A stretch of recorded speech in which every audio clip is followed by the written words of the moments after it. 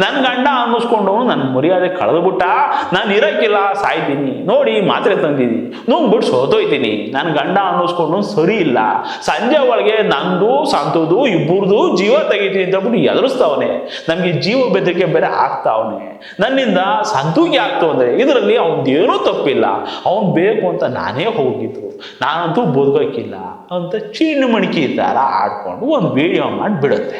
ಜೀವ ಬೆದರಿಕೆ ಬೇರೆ ಹಾಕಿದ್ದಾನೆ, ನಿನ್ನ ಸಾಯಿಸ್ಬಿಡ್ತೀನಿ, ಸಂಜೆ ಒಳಗಡೆ ನೀನು ಬಿಡಲ್ಲ, ಸಂಜೆ ಒಳಗಡೆ ನಾನು ನಿನ್ನ ಸಾಯಿಸ್ಬಿಡ್ತೀನಿ, ಅವನು ಸಾಯಿಸ್ಬಿಡ್ತೀನಿ, ನಿನ್ನೂ ಸಾಯಿಸ್ಬಿಟ್ಟು ನಾನು ಜೈಲಿಗೆ ಹೋಗ್ತೀನಿ ಅಂತ ಹೇಳಿದ್ದಾನೆ.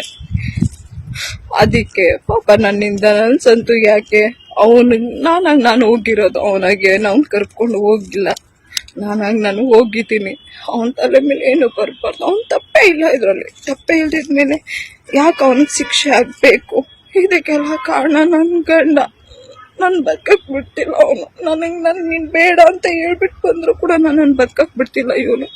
ಮೀಡಿಯಾ ಮುಂದೆ ಹೋಗ್ಬಿಟ್ಟು ಇನ್ನು ಹಂಗೆ ಹಿಂಗೆ ಅಂತಂದ್ಬಿಟ್ಟು ಏನೇನೋ ಹೇಳ್ತಿದ್ದಾನೆ, ಏನೇನೋ ಮಾಡ್ತಿದ್ದಾನೆ, ಎಲ್ಲಾರ್ಗು ಸಂಬಂಧ ಕಟ್ಟಿ ಇವಾಗ ನಾನು ಎಲ್ಲೂ ತಲೆ ಎತ್ಕೊಂಡು ಓಡಾಡ್ದಿರೋ ಮಾಡ್ಬಿಟ್ಟಿದ್ದಾನೆ. ನನ್ ಕೈ ಬದುಕಕ್ ಆಗ್ತಿಲ್ಲ, ಇರಕ್ ಆಗ್ತಿಲ್ಲ, ನನ್ಗೆ ಟ್ಯಾಬ್ಲೆಟ್ ತಗೊಬಂದು ಇಟ್ಕೊಂಡಿದ್ದೆ, ನನಗೆ ಬದುಕಕ್ ಆಸೆ ಇಲ್ಲ.